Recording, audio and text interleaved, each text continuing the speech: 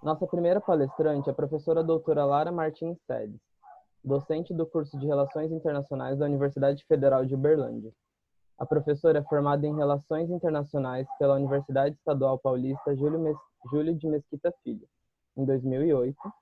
Ela possui mestrado em Relações Internacionais pela Universidade de Brasília, em 2011, e doutorado em Relações Internacionais pela Pontifícia Universidade Católica do Rio de Janeiro. Recentemente, a professora organizou com os professores Vitor Lage e João Urti o dossiê Teoria das Relações Internacionais no Brasil, na revista Monções da UFGD. Nosso segundo palestrante é o professor Dr. João Pontes Nogueira, docente do Instituto de Relações Internacionais da Pontifícia Universidade Católica do Rio de Janeiro desde os anos 2000. Possui graduação em Economia pela Universidade Federal do Rio de Janeiro, mestrado em Relações Internacionais pela Pontifícia Universidade Católica do Rio de Janeiro, em 1994, e doutorado em Relações Internacionais pela Universidade de Denver, em 1998. Desenvolveu sua pesquisa de pós-doutorado na Universidade de Vitória, no Canadá, onde também atuou como professor visitante. Os palestrantes irão proferir uma fala inicial e depois iremos partir para as perguntas do público. Lembrando que os espectadores podem formular suas perguntas a qualquer momento durante a palestra. As perguntas serão moderadas pela nossa organização e direcionadas aos palestrantes por mim. Pedimos que, além da pergunta, encaminhem por chat seu nome e sobrenome, cidade e instituição de ensino a qual está vinculado. Após essa fala inicial, cedo a palavra à professora doutora Lara para que ela possa proferir a sua exposição. Olá, posso começar, Daniel? Perfeito, pode iniciar, professora. Bom, boa noite a todos e todas. Primeiramente, agradeço ao convite da FENERE. Parabenizo também, né, pela iniciativa.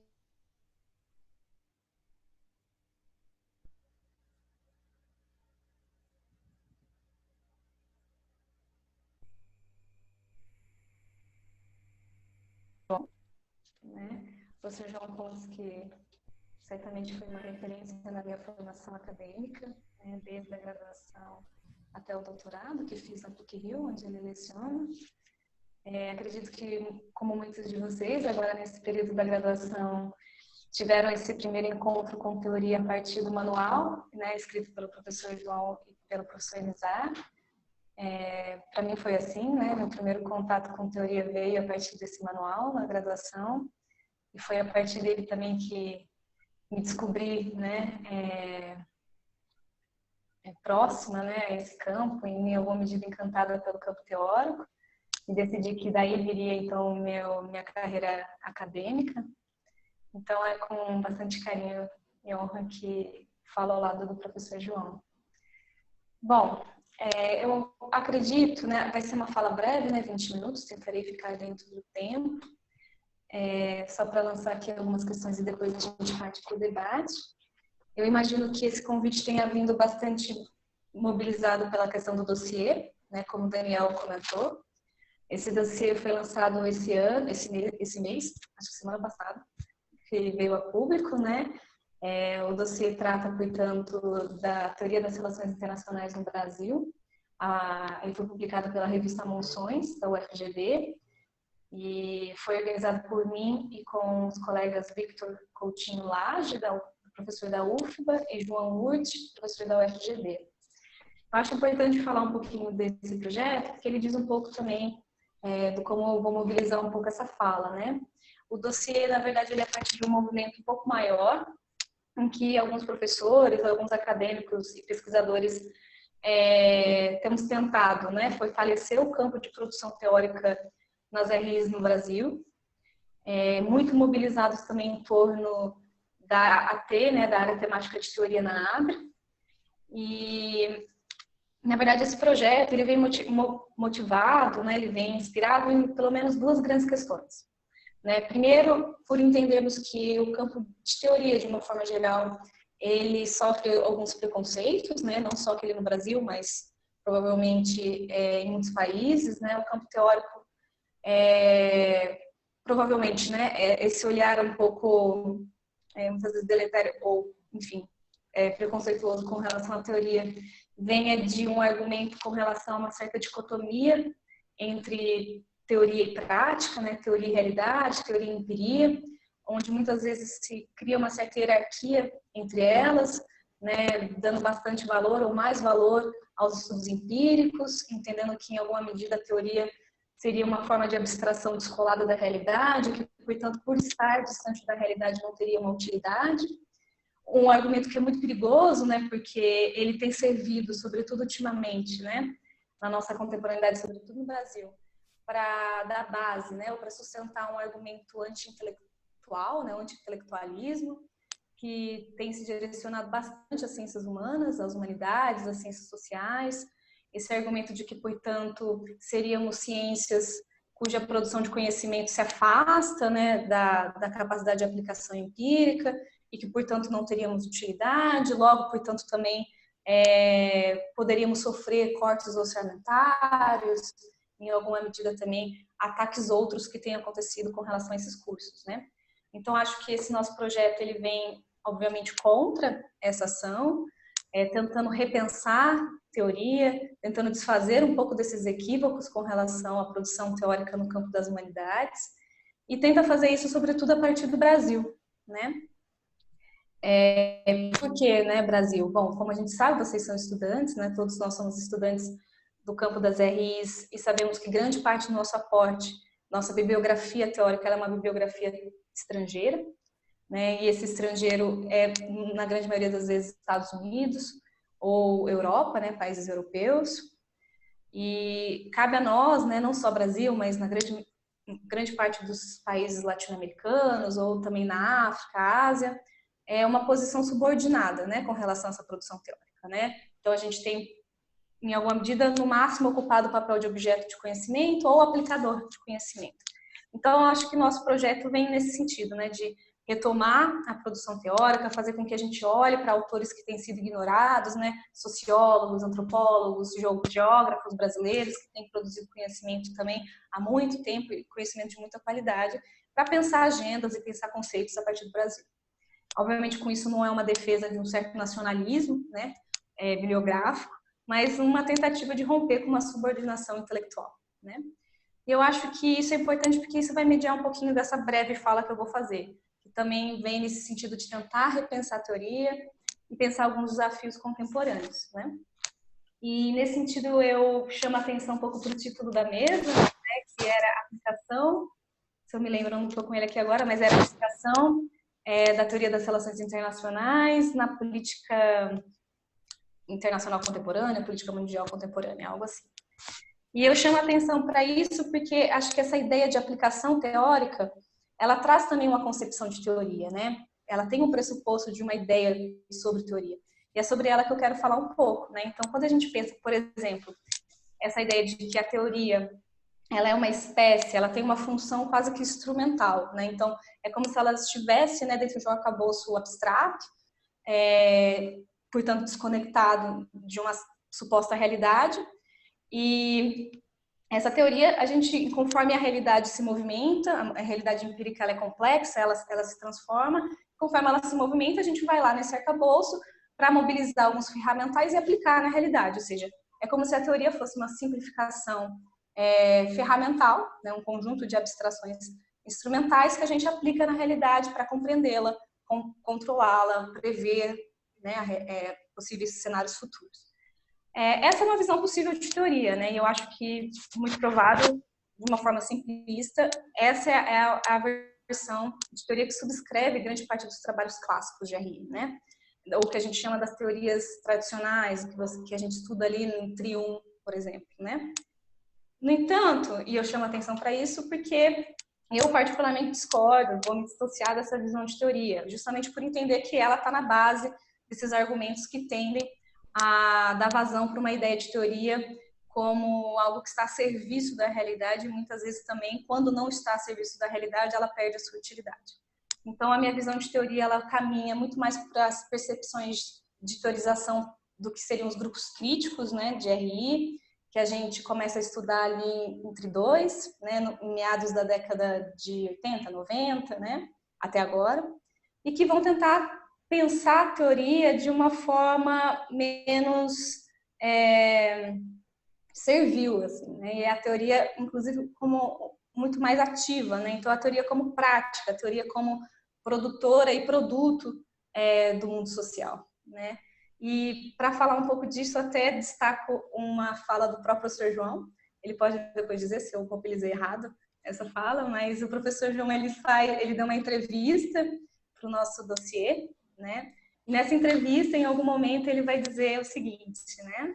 Abro aspas, que não fazemos teoria para entender o mundo, fazemos teoria, ou melhor, criamos conceitos para conseguirmos pensar. E o que eu acho interessante dessa fala, e o que eu acho que coaduna com quem eu tenho falado, é essa ideia de que a teoria, antes de ser um instrumento, né, a serviço de uma espécie de interpretação do mundo, ela é a própria condição de possibilidade do pensamento, né? Então, a partir do momento que, enquanto seres humanos, né, pensamos e, portanto, damos sentidos ao mundo, esse ato ele é em si um ato possibilitado ou autorizado pela teoria ou pelo fazer teórico. Isso quer dizer, portanto, que não existe escapatória à teoria, porque se ao pensar a gente necessariamente, né, produz conceitos e toda a nossa relação com o mundo é mediada por esses conceitos, não tem como, né, a gente escapar à teoria. A teoria está em todos nós, por mais que tenhamos graus distintos de consciência desses pressupostos, né?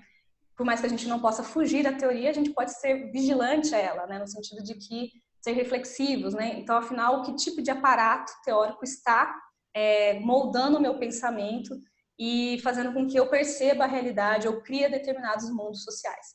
Isso é importante perceber. A teoria, nesse sentido, ela não só ela é condição de pensamento, como ela é condição de significação do mundo.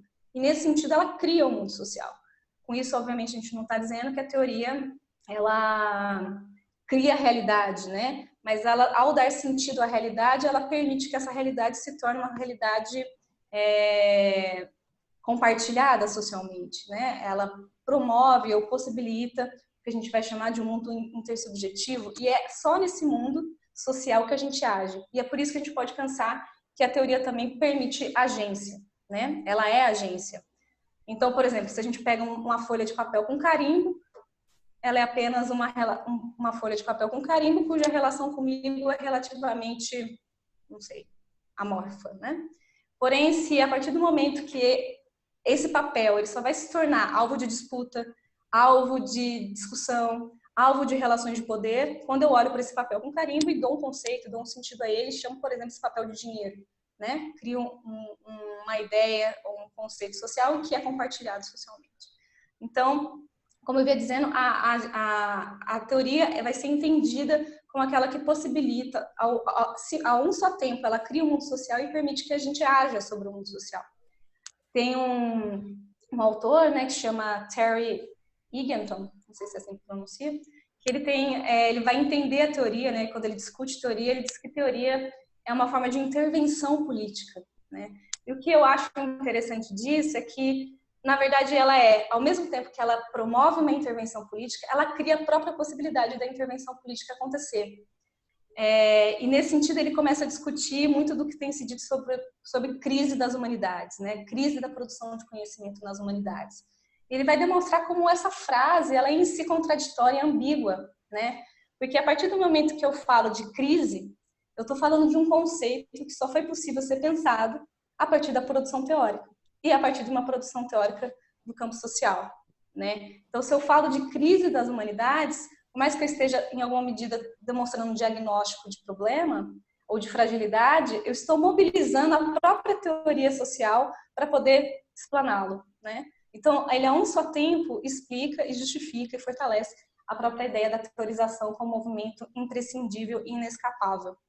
E eu acho que isso pode ser trazido para as RIs nesse momento, né? Onde a gente tem debatido bastante sobre uma possível crise dos conceitos tradicionais, ou uma possível necessidade de reformulação, ou o que seria o internacional, entendendo justamente como esse momento, um momento não necessariamente de enfraquecimento, mas muito pelo contrário, um momento de pulsão teórica. Um momento que a gente coloca esses conceitos suposta crise, é o momento onde o pensamento está no seu movimento mais ativo, né? E é assim que eu entendo, né? Nesse momento, quando a gente pensa em teorização no nosso campo e pensa em política internacional, eu penso num grande momento de pulsão teórica, né? É um grande momento rico para esse tipo de formulação.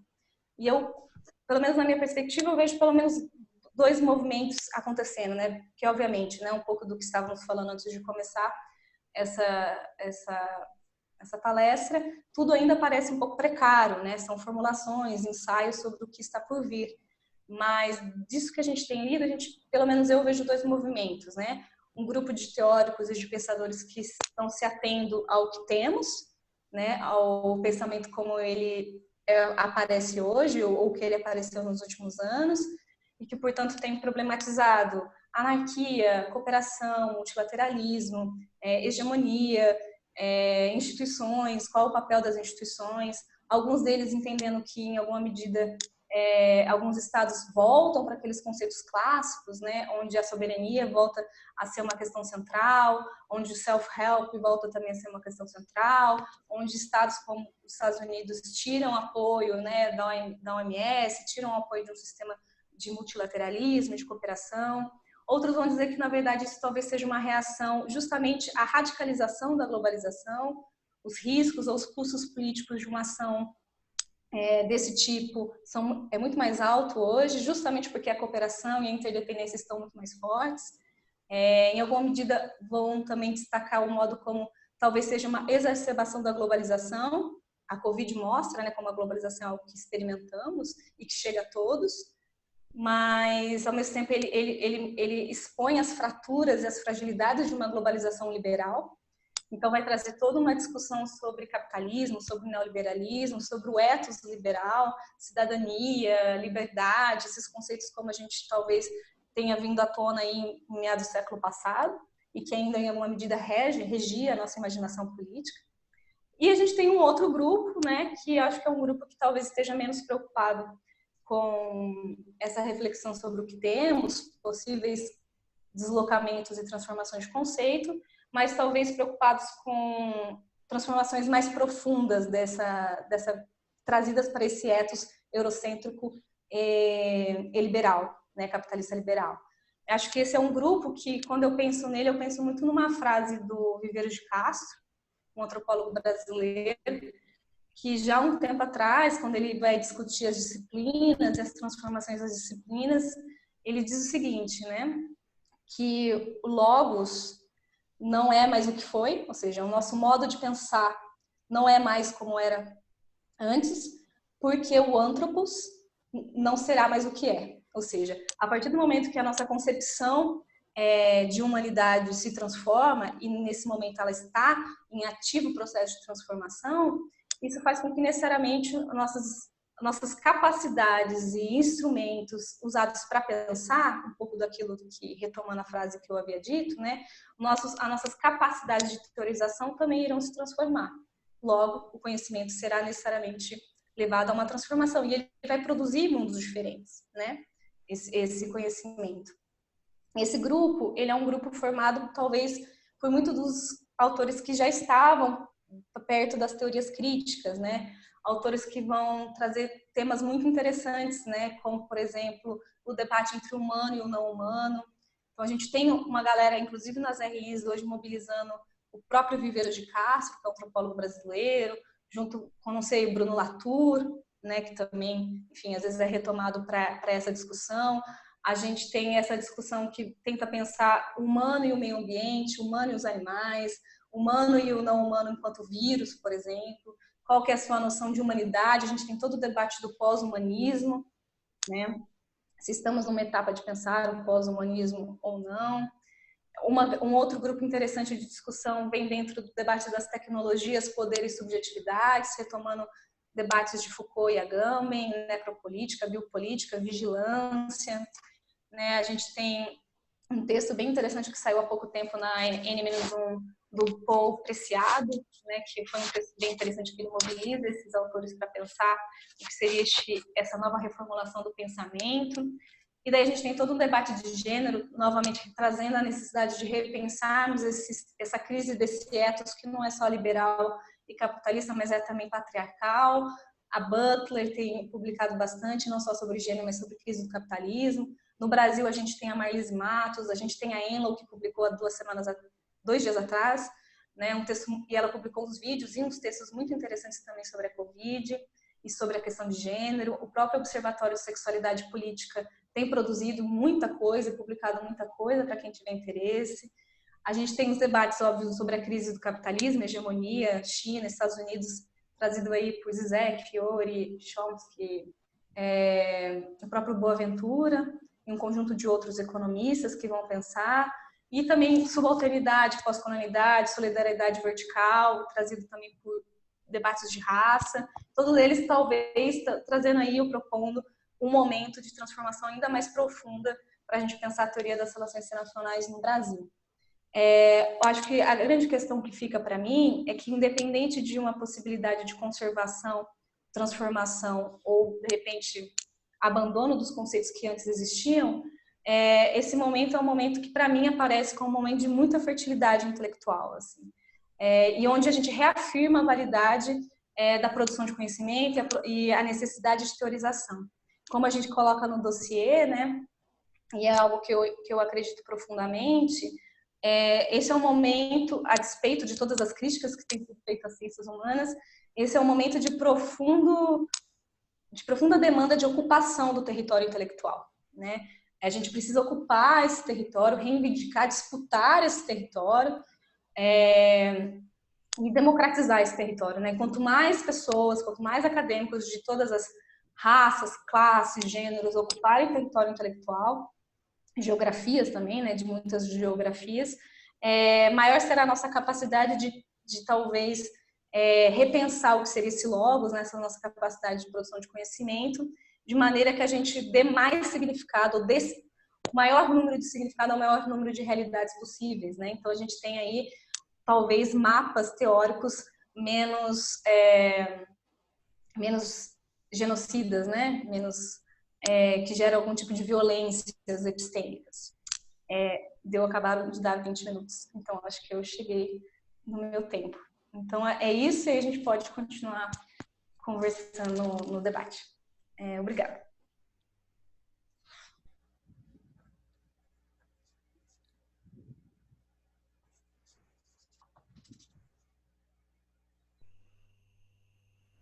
Agradeço à professora doutora Lara pela exposição. Passo a palavra agora ao nosso segundo palestrante, professor doutor João Pontes Nogueira. Muito obrigado, Daniel. Queria, antes de tudo, agradecer o convite para falar nesse fórum do FENERE e dar os parabéns pela iniciativa, né, nesse momento em que, enfim, as atividades estudantis e acadêmicas estão, em grande parte, paradas, né? Esse tipo de iniciativa é fundamental para a gente continuar a conversar e trocar ideias e discutir o momento que a gente está passando, e também questões como a que vocês propõem hoje sobre digamos assim, a relevância, se você quiser falar assim, da teoria de relações internacionais para a gente refletir sobre a política mundial.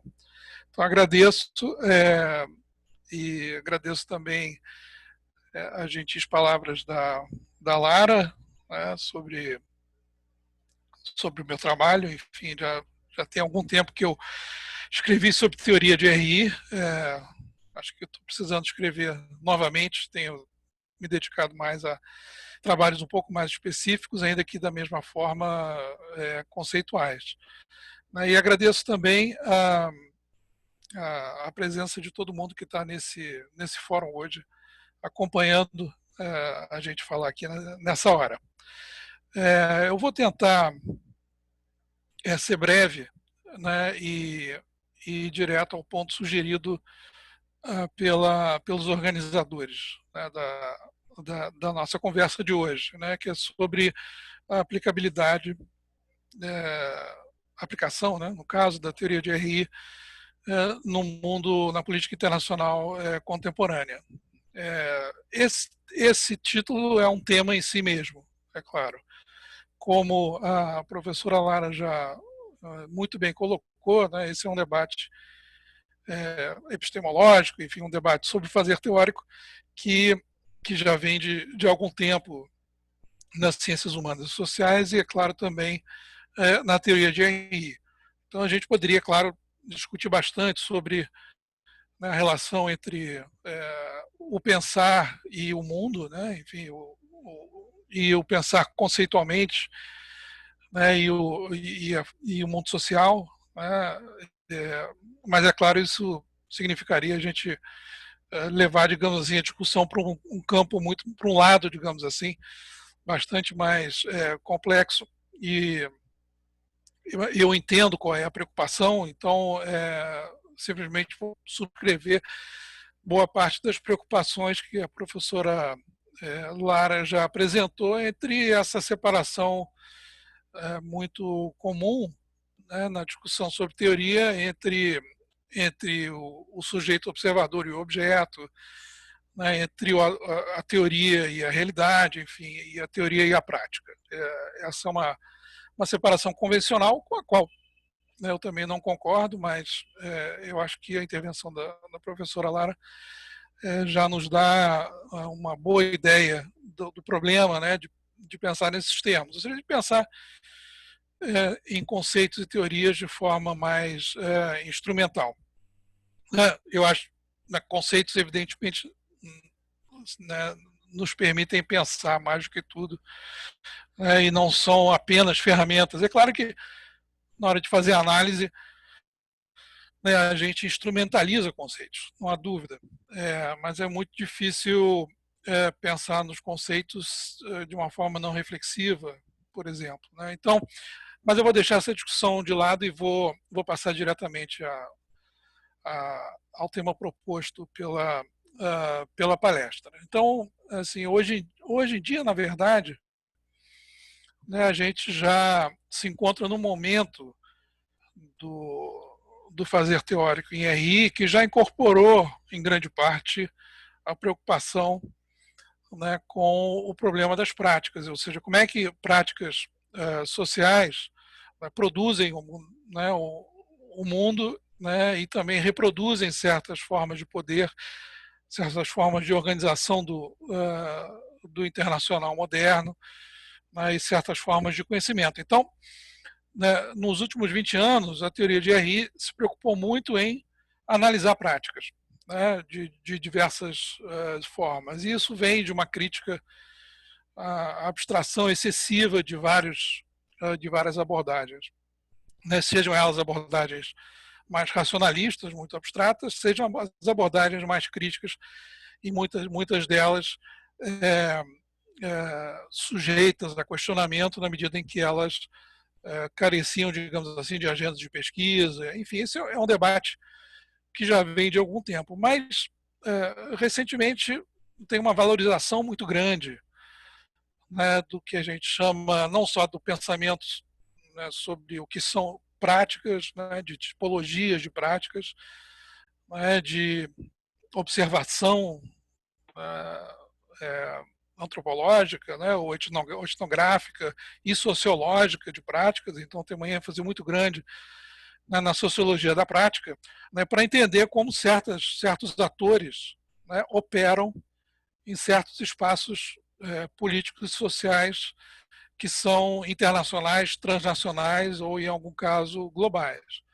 Então, nesse sentido, tem uma ênfase muito grande que tem a ver com, é claro, um distanciamento na fixação do Estado como ator central, né? Ou seja, do Estado como aquele único capaz de ter algum tipo de ação significativa no plano internacional, mas sim uma multiplicação muito grande, uma pluralidade muito grande de agentes, né, e atores de todo tipo que operam na esfera transnacional. E aí o estudo da prática desses atores se tornou um elemento muito importante, tanto, enfim, do ponto de vista de análises mais empíricas, mais preocupadas com funcionamento de instituições, por exemplo, como também por parte de abordagens que estão preocupadas, por exemplo, com práticas de atores sociais interessados em contestar, digamos assim, a ordem vigente. Então, tanto, digamos assim, do lado, digamos assim, de posições mais associadas com o governo ou a governança da economia política global, quanto do lado daqueles que a contestam, por exemplo, né, há uma grande preocupação com práticas. E não só preocupação, mas uma análise de práticas e também uma grande criatividade, né, do ponto de vista também da formulação, né, de práticas e de políticas, é claro, também, em vários campos sociais. Eu vou mencionar alguns deles agora na minha fala. Então, assim, tanto do ponto de vista da formulação de políticas, como do ponto de vista da militância, por exemplo, né, esse suposto fosso entre teoria e prática, se, digamos assim, foi sendo superada essa dicotomia, né, e muita gente começou a pensar nesses termos. E aí tem todo um debate teórico em torno disso, sobre o qual eu não vou me alongar aqui. É claro que, concordando com o que a professora Lara falou anteriormente, isso leva, de uma certa forma, a uma antipatia, uma resistência à teoria. Então, nesse sentido, tem uma crise no âmbito da disciplina do ponto de vista do fazer teórico, uma relativa crise, digamos assim, mas tem um deslocamento, digamos assim, da centralidade da produção em RI, né, que antes é uma centralidade da teoria muito grande nos anos 80 e 90, hoje em dia, né, não é mais tanto assim. Mas, se por um lado, né, nos Estados Unidos e no mundo anglo-saxão, né, o fazer teórico perde um pouquinho a sua centralidade para, por exemplo, né, a análise da governança, da produção de normas, isso do desenho de instituições, enfim, de uma série de outras áreas muito mais voltadas para a prática. A gente vê, ao mesmo tempo, como também concordando com a Lara, né, uma pluralidade muito grande de lugares onde se produz reflexão teórica. Então, tem uma riqueza muito grande também, que talvez tenha em grande parte a ver com essa, digamos assim, descentralização, esse deslocamento da reflexão de RI para um plano muito mais global, se a gente quiser chamar assim. Então, países como o Brasil, mas a Turquia, enfim, vários outros países e regiões do mundo tem gente pensando em teoria. Então, nesse sentido, tem essa... É uma faca de dois gumes, não é isso? Mas, enfim, a gente... Eu continuo acreditando, né, que a gente está atrás sempre de conceitos para conseguir fazer sentido, né, dos acontecimentos, dos eventos, né, que atravessam a vida social cotidianamente, né, e cada vez mais eu acho que o pensar vai se dar em termos conceituais. Então, o fazer teórico, ou seja, pensar em termos reflexivos, mas eu acredito sempre foi uma marca da disciplina de RI, né? Desde o século XVIII, né, quando vários pensadores, sejam eles juristas ou pensadores, principalmente juristas, mas também filósofos, né, começaram a ter que pensar sobre novas práticas, por exemplo, da representação política dessas formações novas que eram os estados. Então, assim, a prática da diplomacia, por exemplo, no século XVIII e no século XIX, ela só se torna viável na medida em que há uma reflexão sobre ela. Então, um pouco isso, a disciplina sempre teve muito associada a uma série de práticas, como uma série de saberes na área das ciências sociais e humanas. No que diz respeito a tendências mais contemporâneas, não é? Eu acho que esse foco nas práticas tem levado a uma reconceituação, se você quiser chamar assim, ou pelo menos a uma série de inovações né, que mudaram a maneira da gente lidar com temas centrais da disciplina.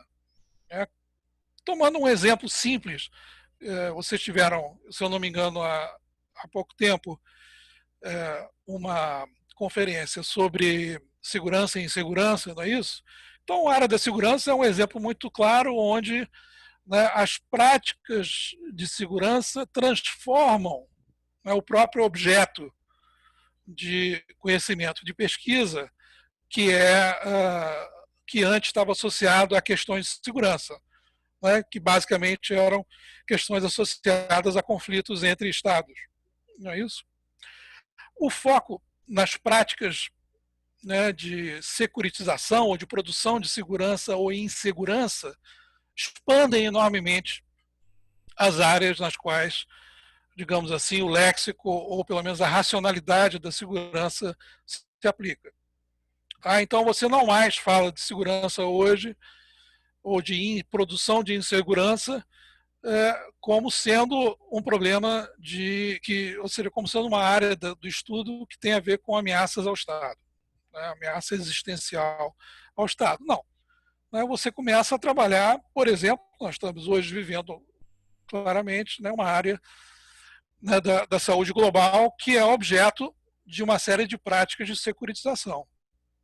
Né, entre elas, né, por exemplo, né, práticas de securitização que, por exemplo, lidam com condições de excepcionalidade.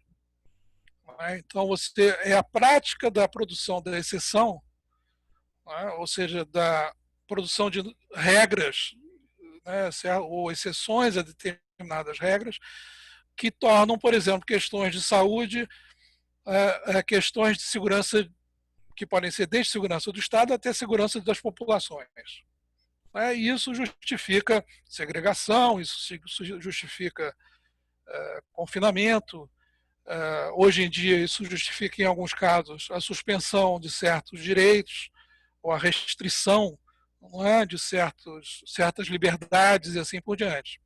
Então, essas práticas de securitização ou produção de insegurança, não é isso, se tornam formas de governar o internacional. Não se torna mais um discurso sobre a ameaça da guerra. Então, além, por exemplo, dessas práticas de excepcionalização, né, você tem também outras práticas ligadas à disseminação de culturas do medo.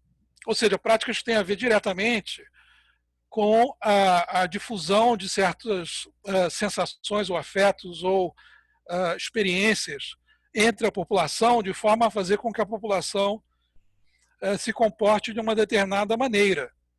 Então, de novo, no caso da crise contemporânea, a produção de uma insegurança em relação à pandemia, ao coronavírus, e, portanto, a geração de uma cultura de medo, ou seja, o investimento na sensação do medo entre a população é uma forma fundamental de governo, não é, do problema da crise gerada por essa pandemia. E, em termos mais simples, se as pessoas não têm medo, elas não ficam dentro de casa, não é isso?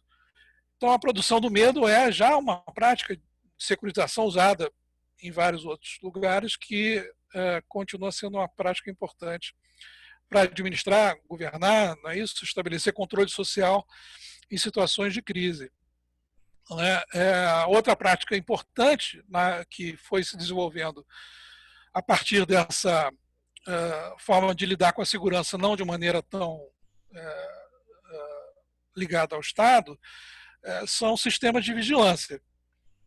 Então, de novo, sistemas de vigilância regulam a migração, regulam o movimento das pessoas, regulam o crime transnacional, regulam policiamento, regulam atividades ilícitas de todo tipo.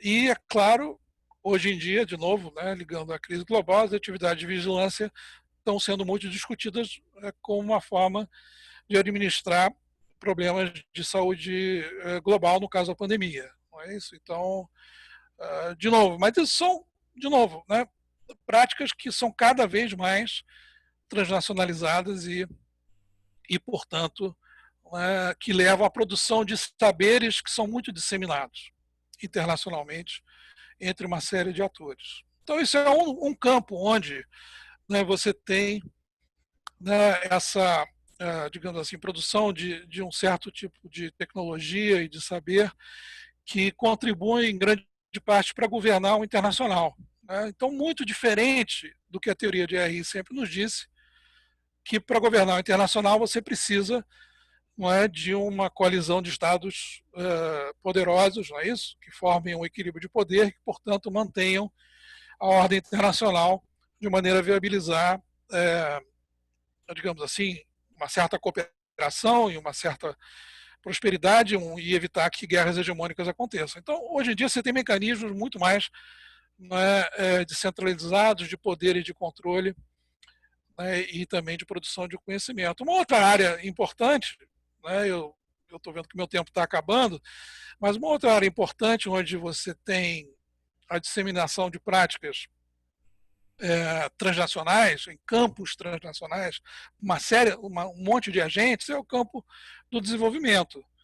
Né? E nesse campo do desenvolvimento, por exemplo, né, de novo, desenvolvimento, né, é cada vez mais objeto da ação de uma heterogeneidade, uma pluralidade de atores privados, públicos, organizações não governamentais, think tanks e assim por diante, né, que, por exemplo, né, problematizam a questão da desigualdade de uma forma muito criativa e que permite, através da problematização da desigualdade como uma questão internacional e global, o que antes não era, né, mas hoje em dia permitem governar, disciplinar, digamos assim, certos estados menos envolvidos, certos estados mais vulneráveis ou mais frágeis, né, de modo a, digamos assim, exportar normas de boas práticas de governança, né, da segurança, da saúde,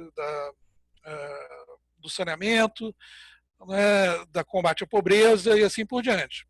Então você tem novas práticas sendo difundidas, né, de novo, através dessa produção, né, de um conhecimento muito sofisticado, né, que por parte não só de estados, nem só de organizações internacionais, mas por parte de uma miríade de redes, digamos assim, de grandes especialistas em desenvolvimento.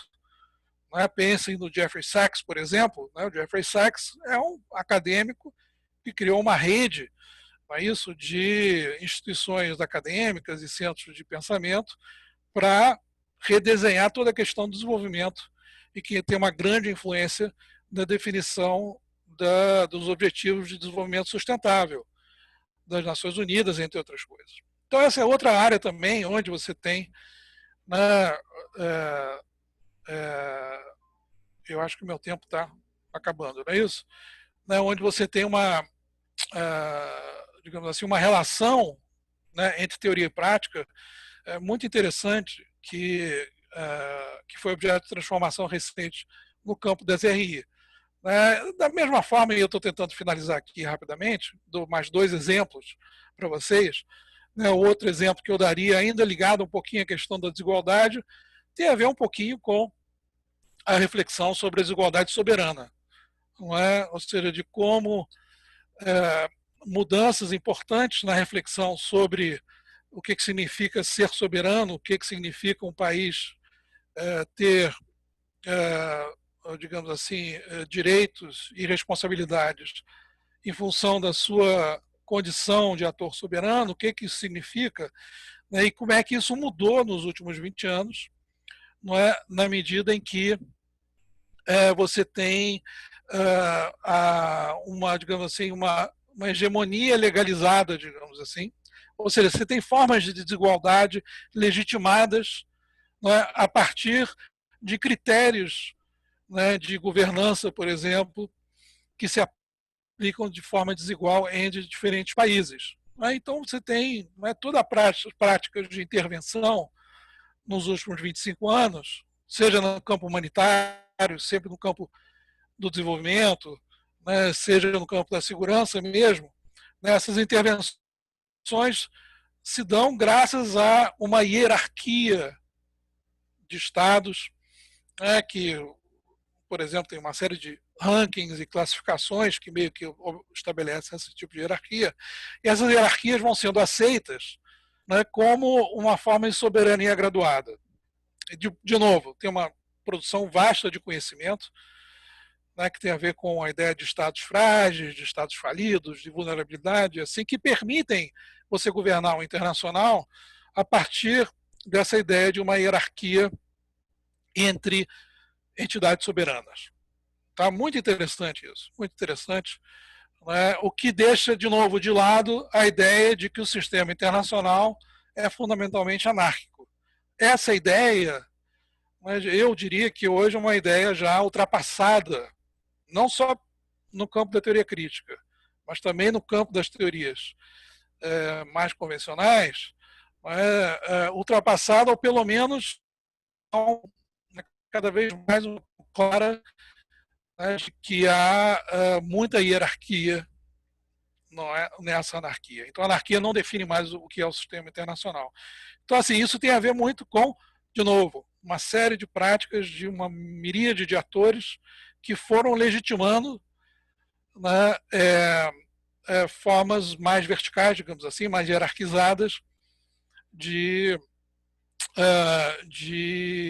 digamos assim, de governo ou de ordenamento, né, de diversas áreas das relações internacionais. E, finalmente, eu tenho outros exemplos que eu gostaria de dar aqui, mas eu só quero levantar um exemplo que a professora Lara, inclusive, mencionou na fala dela, né, que é um pouquinho esse exemplo da emergência de redes transnacionais do que a gente chama de nova direita.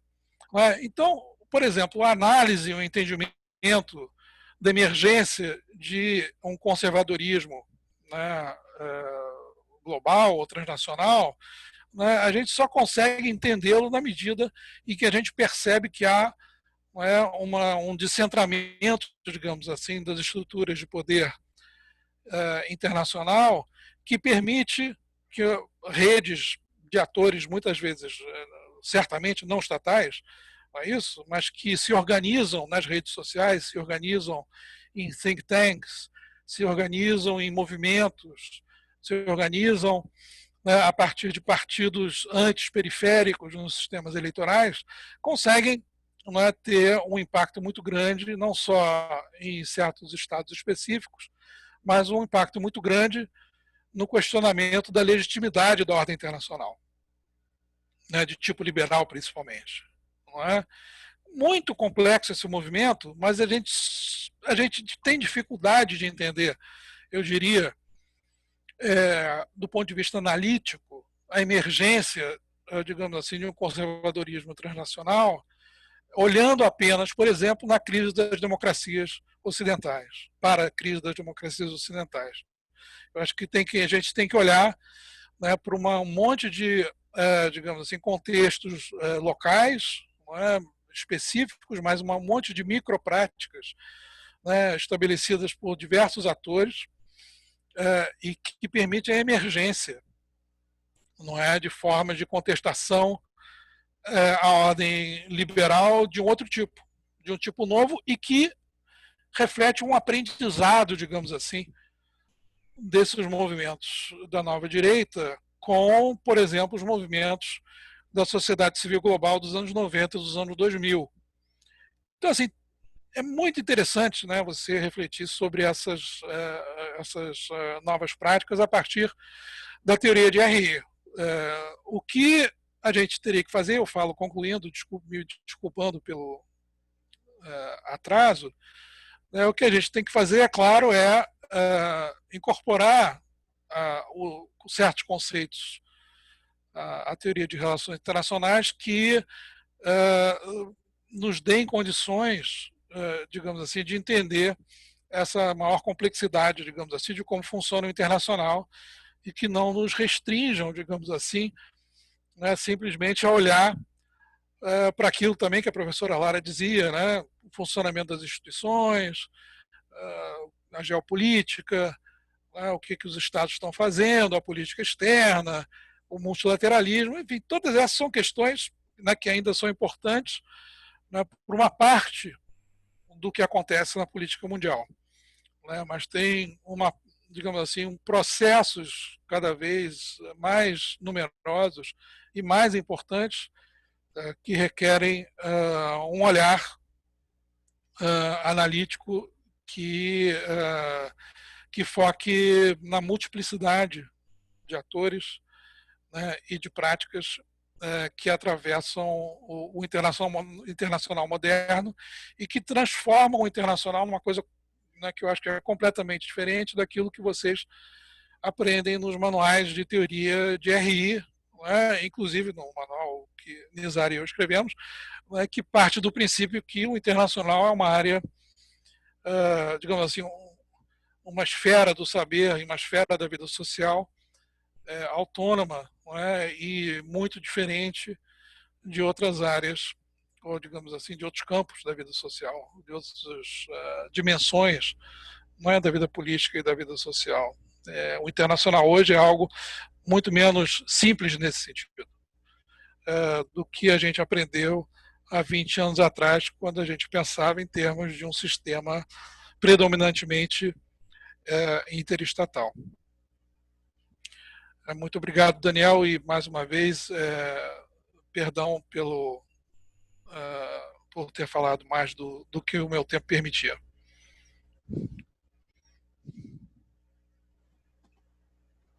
Imagina, professor, eu gostaria de agradecer, primeiramente, pela exposição dos nossos palestrantes.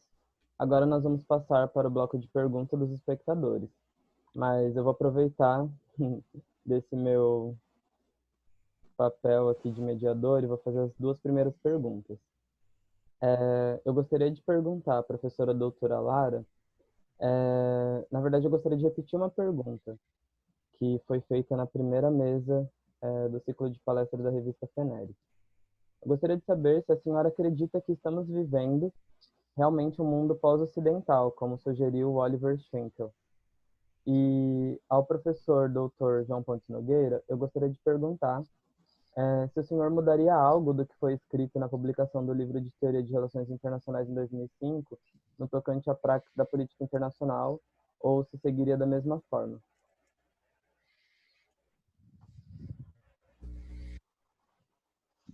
A gente vai receber várias perguntas ou a gente vai uma por uma? Tem várias perguntas no chat, inclusive. Fica a critério de vocês. Vocês preferem várias perguntas ou uma de cada vez? São perguntas Lara, o longas. que você prefere? De repente podem vir mais algumas, né? Que se de repente tem alguma coisa cruzada, alguma resposta que possa vir mais transversal, assim, né? Perfeito.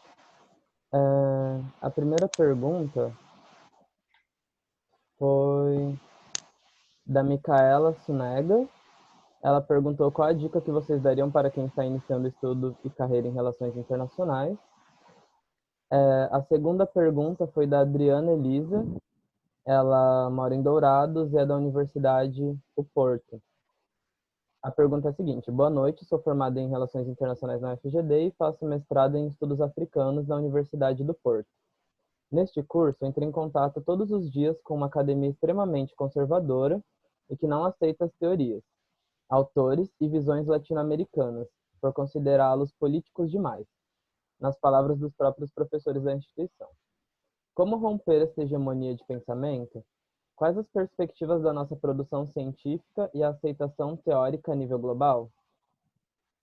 Faço mais perguntas? Acho que pode mais uma. Certo. Essa pergunta é do Lucas, da UNB. Faz sentido ainda utilizar as teorias tradicionais de relações internacionais no mundo contemporâneo?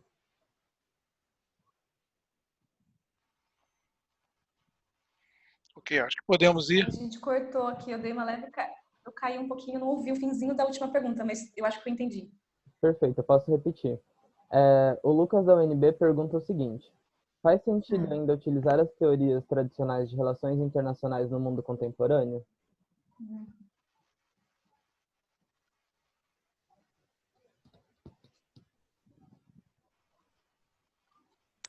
Ok.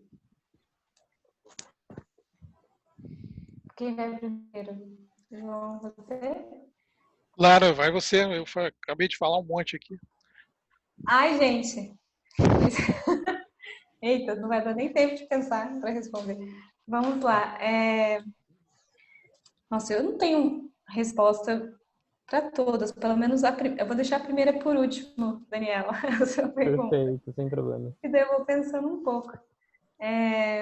Sobre a pergunta, a última pergunta, né? Faz sentido usar as teorias tradicionais de RI no mundo contemporâneo, né? Bom, assim, eu acho que não se trata assim de pensar, talvez, pensássemos enquanto bloco, né? Enfim, como as teorias tradicionais surgiram, no contexto que surgiram, e com todas as propostas que elas carregam, eu particularmente acharia difícil, né? Considerando a própria fala do professor João, demonstrando, enfim, as dificuldades de se pensar em termos de anarquia, as dificuldades de hoje se pensar em termos de Estado-centrismo, de ganhos, né, conforme eram fronteira, território. Então, acho que o vocabulário tradicional ele teria muita dificuldade de ser aplicado no mundo contemporâneo sem boas reformulações ou boas reflexões críticas sobre eles, né? Mas também não acho muito que se trata de descartar a teoria, não tenho muito essa posição nem com relação a outras teorias que eu trabalho. Acho que não se trata de você jogar fora, né, pensamentos anteriores e tentar partir sempre do zero, sempre criar algo 100% novo, né? Não acho que essa seja uma postura que eu particularmente teria, né? Então, eu acho que se existe aí alguma teoria tradicional em que você percebe algum tipo de lógica que te interessa, ou que você acha que explica, acho que uma vez fazendo um exercício de reflexão crítica sobre ele, sobre o mundo contemporâneo, o movimento ele é dinâmico, o conhecimento ele é dinâmico, né? Então ele pode ser repensado, criticado desde dentro.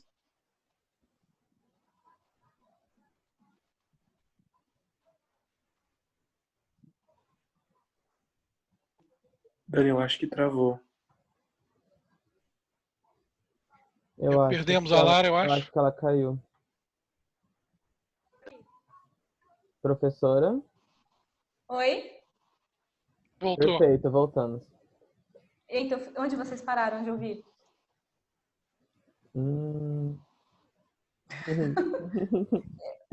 Eu já tinha terminado de responder ou nem? Você Não, estava ainda já falando finalzinho. da primeira da pergunta sobre teorias convencionais, eu acho. Tá. Estava terminando, estava concluindo. Né? Isso, que eu acho.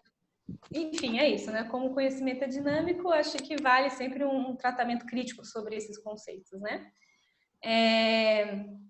Eu, particularmente, não os aplico, né? Mas, enfim.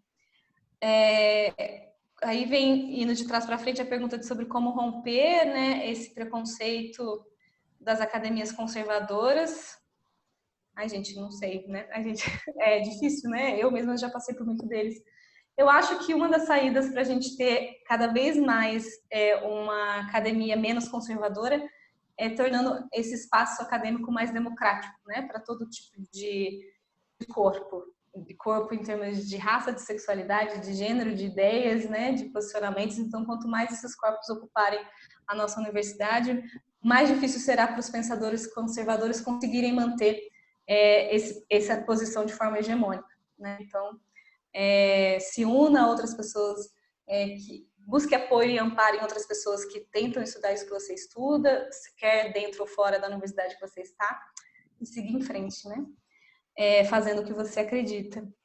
E sobre as dicas para quem está começando a estudar relações internacionais agora, gente, eu não sei se eu sei dar dicas. Eu acho que, do ponto de vista bom de teoria, eu acho que é estar aberto às leituras, assim, né? Não se focar numa linha que você gosta e daí se tornar, enfim, eu acho que é um erro, né, do fazer teórico, você ficar insulado, né, em algo que você acredita e não estudar o resto, né? Qualquer pensamento minimamente rico ou crítico é um pensamento que conhece todos os outros pensamentos e outros caminhos. Então, estudar o máximo que você puder, encontrar o maior número de caminhos, né? Conhecer teorias, conhecer vozes múltiplas e plurais, e aos poucos ir aprimorando aí o seu desenvolvimento dentro desse campo, né? E, enfim, encontrar sua voz dentro desse movimento. E daí, tentando ser rápida, sobre se vivemos um mundo pós-colonial, desculpa, pós-ocidental. Segundo Oliver, né, que fala do mundo pós-ocidental. Olha, eu, para ser sincera, eu não conheço super bem o argumento sobre o mundo pós-ocidental a ponto de conseguir fazer aqui uma reflexão crítica profunda sobre ele.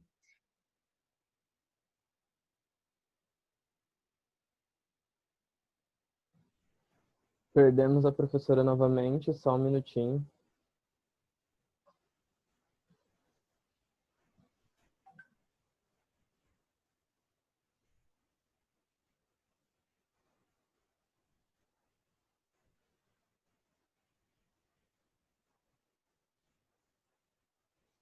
Certo. Enquanto a professora volta...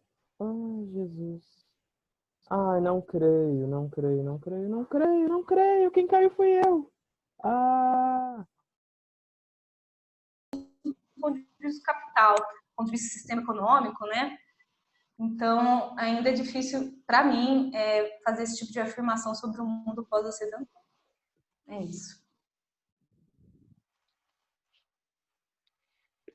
Obrigado, professora Perdi essa Clara. explicação. Voltou? Voltei. Eu perdi essa explicação, mas não tem problema. Continua gravando, eu espero.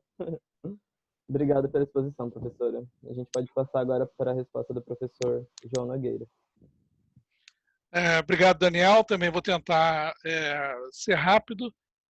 Se faz sentido, eu vou fazer o que a Lara fez também de trás para frente. Tá bom? Porque a pergunta mais difícil também foi a primeira. Se faz sentido ainda utilizar as teorias tradicionais QRI no mundo contemporâneo, olha, se você se refere às teorias tradicionais da maneira como a gente está acostumado a entender, né, o realismo, o liberalismo, enfim, e assim por diante, eu vou dizer a você o seguinte, depende.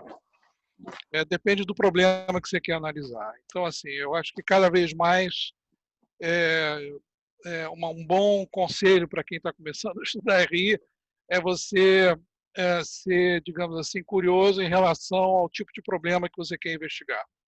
Ou seja, você ser orientado ou guiado, digamos assim, pela problematização, na verdade, de certos aspectos da realidade internacional. Então, assim, se, por exemplo, não sei, se eu estou preocupado em investigar questões relativas a disputas, por exemplo, em torno de predomínio naval no Oceano Índico, entre Índia e China, por exemplo, provavelmente vai ser útil para você utilizar certas ferramentas características da geopolítica, enfim, e do realismo.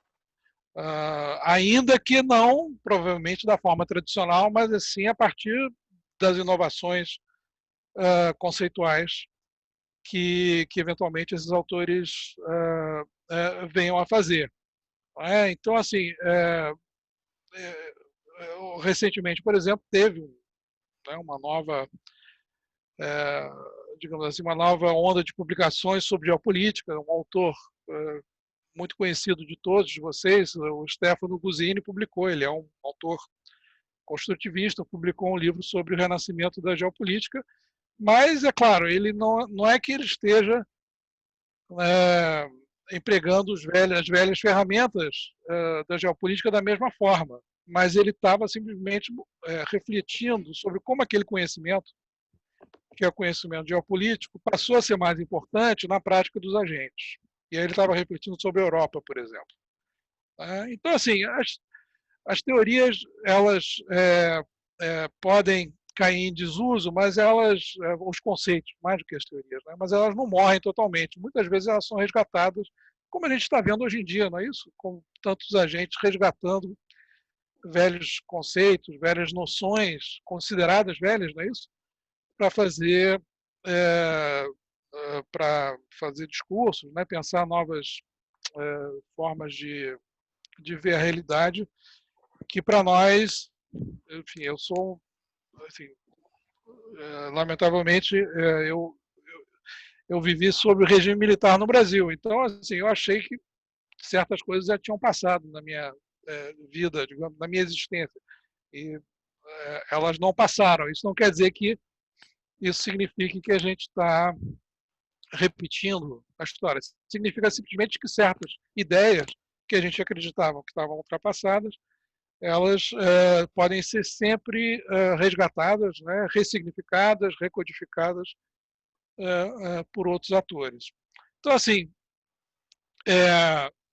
não usaria teorias tradicionais da forma que eram usadas nos anos 80. Tem gente que ainda faz isso, né, que acha que é possível pensar em termos de balança de poder para entender o que acontece no mundo. Difícil, pelo menos, né, dizer alguma coisa mais ou menos interessante sobre o que acontece hoje com base naquele tipo de análise. Tá? Então, assim, faz sentido, mas depende do problema que você está analisando. Sobre a Adriana, não é, que está na Universidade do Porto, eu diria, em poucas palavras, Adriana, você não está sozinha. Tem muita gente em situações muito parecidas. Não é? A disciplina de RI é uma disciplina, em grande parte, conservadora. Não é uma disciplina que pensa muito sobre poder, enfim, pensa muito sobre, né, os interesses, digamos assim, de governos ou de estados. Não é? Então, é uma disciplina muitas vezes auxiliar, não é, da política externa, de governos, da política das empresas, enfim. Então, isso acontece muito em que departamentos estejam mais voltados, muitas vezes, para, digamos assim, para uma reflexão menos inovadora, digamos assim, em termos de teoria. Minha sugestão é fazer isso que a gente está fazendo agora. Nós estamos conversando em rede, né? Então, você tem que explorar as redes que existem, não é? Em grande número hoje, cada vez mais, no mundo acadêmico, né, no mundo social, para interagir com pessoas que pensam de outra forma. Eu sei que não conheço a Universidade do Porto, conheço a Universidade de Coimbra, onde tem gente muito interessante pensando questões interessantes de RI hoje em dia. Então, assim, explorar esses recursos que estão cada vez mais à nossa disposição para pensar o internacional. Dica para quem está começando a carreira, eu acho que a professora Lara já falou de maneira muito própria, né, sobre essas dicas para quem está começando. Né, não teria muito a acrescentar, né, ou seja, assim, só não se prender a uma noção do internacional que seja muito limitada, não é, a interação entre grandes atores internacionais como estados e grandes instituições multilaterais. Ou seja, não pensar o internacional como uma coisa que existe lá fora, né, e que não influencia a nossa vida cotidiana. Tá? Então, quando a gente começou a estudar internacional, RI,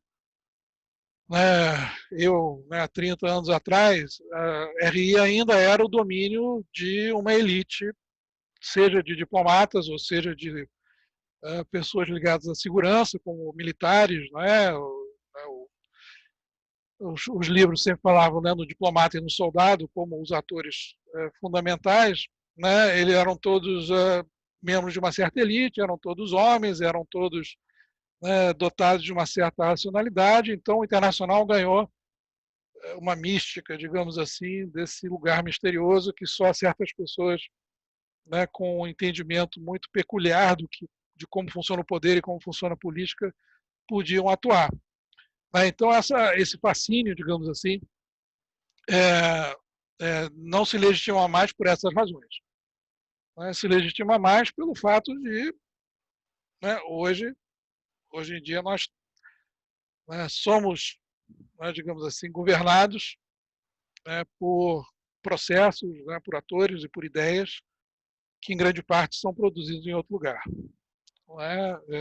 E a tarefa mais interessante que a gente tem em RI hoje em dia é a gente tentar identificar essas trajetórias fascinantes, muito complexas, é claro, através das quais, né, o internacional atravessa a nossa vida cotidiana, não é? E influencia, né, a nossa prática democrática, influencia o que a gente aprende, influencia como a gente se sente, né, influencia como a gente ganha vida, enfim, e uma série de coisas. O como isso acontece que é interessante.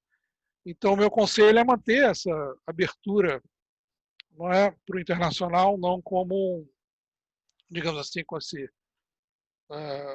digamos assim, como essa esfera, não é, de segredos, digamos assim, e, ou seja, o mundo da diplomacia, da espionagem, enfim, nada disso, né, isso ainda está muito presente na cultura, infelizmente, né? Mas certamente isso não corresponde ao que a disciplina pode oferecer para alguém jovem que tá começando agora. Finalmente, a pergunta mais difícil de todas, né, que é a do Daniel, se eu mudaria alguma coisa do livro. Primeiro, né, eu não sei o que o Nizar pensa sobre isso, né, teria que ver com o Nizar também, mas eu mudaria muita coisa. Não posso falar de tudo que eu mudaria, e também não gosto de ser autorreferido nesse sentido, reluto em falar do livro, né, desse ponto de vista. Eu só acho que talvez eu não dividisse o livro da mesma forma, né, em escolas. Eu acho que isso é uma forma interessante de introduzir o aluno ao estudo da teoria, é, mas eu teria que provavelmente incluir capítulos que fossem mais interdisciplinares, que mostrassem mais como, né, você tem, digamos assim, uma interface muito maior do pensamento internacional com as ciências sociais e humanas. A gente tratou de pós-colonialismo e feminismo de uma forma muito resumida, o que para nós é motivo ainda de grande lamento. Não fizemos justiça à importância dessas duas vertentes intelectuais para a definição da disciplina. Isso seria certamente a mudança mais urgente, digamos assim, que a gente faria ao livro hoje, sem entender a contribuição do feminismo e do pensamento feminista e do pós-colonialismo, né, para o pensamento internacional. A gente não tem uma noção da disciplina como um todo. Então, isso também é o que eu mudaria no livro.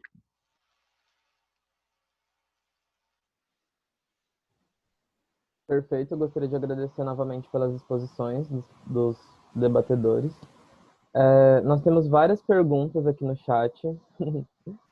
Eu gostaria de saber sobre o tempo dos professores, se a gente pode fazer mais um bloco de perguntas, vocês preferem finalizar e as pessoas podem encaminhar por e-mail, como que a gente faz? Tô tranquilo para mim. Se quiserem fazer. Eu teria disponibilidade para mais um bloco, né, de perguntas. Perfeito. E se existirem outras, podem também, obviamente, escrever por e-mail, né? Perfeito. Com certeza, pode mandar por e-mail que a gente responde, claro. Perfeito. A próxima pergunta é do Denis. Com o fortalecimento de governos nacionalistas, observou-se que muitas das características das correntes clássicas de relações internacionais começaram a ganhar força na política, seja numa visão mais bilateral ou no descrédito e deterioramento de uniões econômicas, políticas e aduaneiras, como o caso da União Europeia, por exemplo. A pergunta dele consistiria se, após a pandemia, os estados se reformulariam numa visão mais fechada, onde aumentaria a desconfiança em meio ao cenário internacional. É o Denis da PUC Goiás. A próxima pergunta é... Boa noite. Em primeiro lugar, gostaria de agradecer aos dois professores pela excelente fala. A dúvida dele é referente a essa ética anti-hegemônica, que tornou-se central principalmente no fazer teórico periférico global dos países latino-americanos, asiáticos, etc. Sem ignorar a crítica que esses mesmos pensamentos propõem, ou seja, sem ignorar a forma com a qual eles alteram os conceitos centrais, como hegemonia, construção social, do fazer teórico internacional, entre outros. Qual seria a ética, ou seja, por que afinal não só fazemos uma teoria periférica, sem necessariamente substituir as teorias centrais, mas também o porquê realizá-la? Qual a importância desse pensamento periférico? Não busco criticar esse pensamento, apenas compreender melhor o objetivo ético dessas mesmas teorias, que alteram e são tão importantes a ontologia e epistemologia das relações internacionais. Novamente, obrigado, Gabriel Teixeira, da Universidade Positiva de Curitiba. Mais uma pergunta? Pode ir mais uma, sim. Certo. Como os senhores colocariam a questão de crise política brasileira e crise epidemiológica relacionada à tendência neoliberal natural em meio à crise? É a Júlia, da Uniriter, do Rio Grande do Sul. Ela diz que é relacionado a esse tópico teórico versus prático relacionado nessa palestra. Querem responder? Ou mais Ok. Não sei, Lara, tá bom ou você quer mais uma? Tá bom, acho, né? Tá bom, né? O que você acha? São perguntas que dão um certo trabalho. Né? Podemos ir, então. Quer começar agora, João? Começa você agora. Ah, mas eu comecei todas as vezes. Bom, eu acabei de falar, tudo bem, eu posso começar agora de novo. Então vamos lá, tudo bem. Por que a gente não alterna, Lara? Vamos fazer assim. Pode ser. Onde é que nós estamos, hein, Daniel? A primeira pergunta é a questão da... Tá. Sobre o fortalecimento de governos nacionalistas e como observou-se muitas características das correntes clássicas de relações internacionais que ganharam força na política, seja numa visão mais bilateral ou no descrédito e deterioramento de uniões econômicas, políticas e aduaneiras, como é o caso da União Europeia. A pergunta dele consiste se após a pandemia os estados se reformulariam numa visão mais fechada, onde aumentaria a desconfiança em meio ao cenário internacional. Olha, Denison, né? Denison, obrigado pela... Denis, perdão. Denis, da PUC Goiás. Obrigado pela pergunta. Pergunta difícil de responder na medida em que a gente está no meio, né, desse processo de enfrentamento da pandemia e do impacto desse processo todo na política.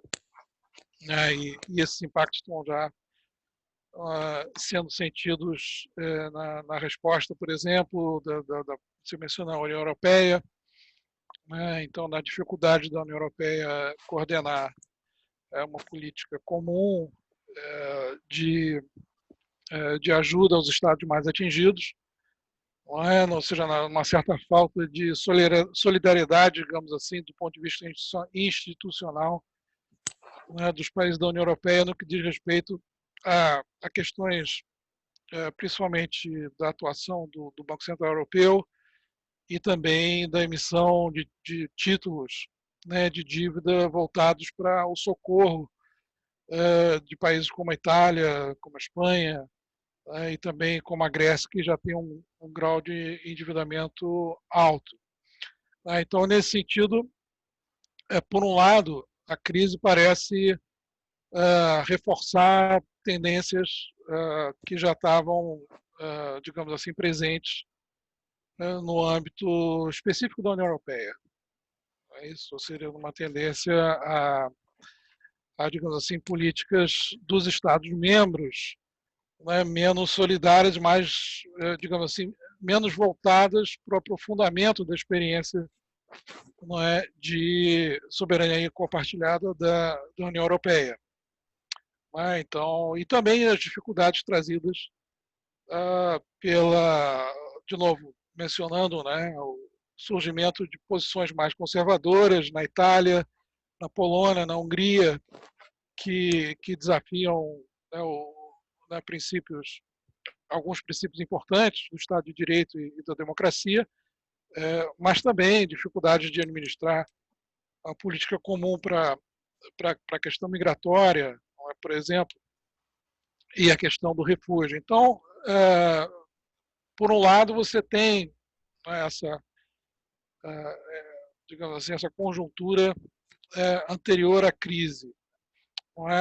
E por outro, agora você vê respostas à pandemia que são respostas muito voltadas, digamos assim, para o isolamento, digamos assim, fechamento de fronteiras, é claro, e também por respostas que se preocupam fundamentalmente com a recuperação da economia nacional, né, que se preocupam basicamente, né, em fortalecer sistemas nacionais de saúde, enfim, seria uma resposta muito nacionalizada. Se isso fortalece, digamos assim, perspectivas mais clássicas de RI, eu acho que deve ter gente que deve estar dizendo isso, sim. Eu tenho dúvidas com relação a isso. Primeiro, algumas dúvidas, eu não tenho respostas, tá, ok?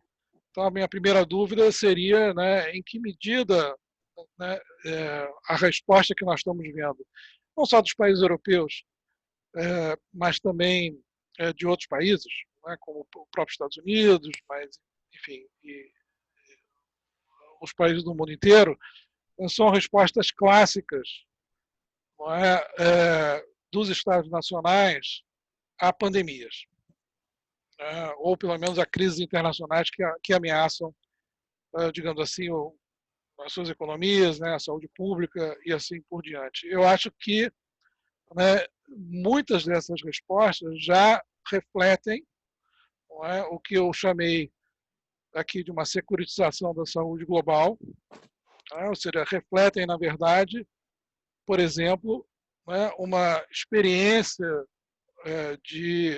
da Organização Mundial da Saúde, refletem uma experiência de vários países da OECD, refletem a experiência do Centro dos Estados Unidos, né, do CDC dos Estados Unidos, em lidar com epidemias importantes que surgiram no final dos anos 90, tanto na Ásia quanto no Oriente Médio, quanto na África, com certas tecnologias, né, com certas maneiras de ver o que é saúde, né, o que é a medicalização de problemas de segurança, do que é essa interseção entre política e saúde.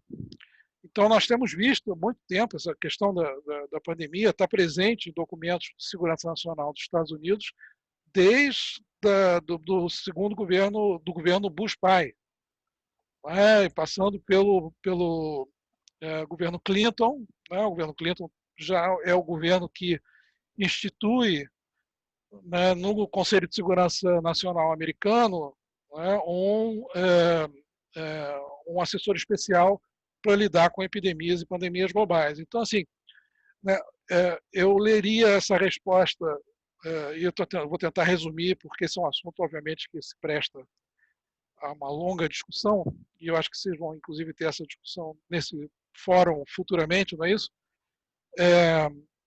Mas acho que a leitura que a gente tem que ter é como é que, por exemplo, técnicas de quarentena, técnicas de contenção, técnicas de seletividade um tanto quanto desigual do movimento de pessoas, a relação entre atores de governança global, atores da filantropia privada, militares e governos, como é que esses atores estabeleceram práticas bastante específicas para lidar com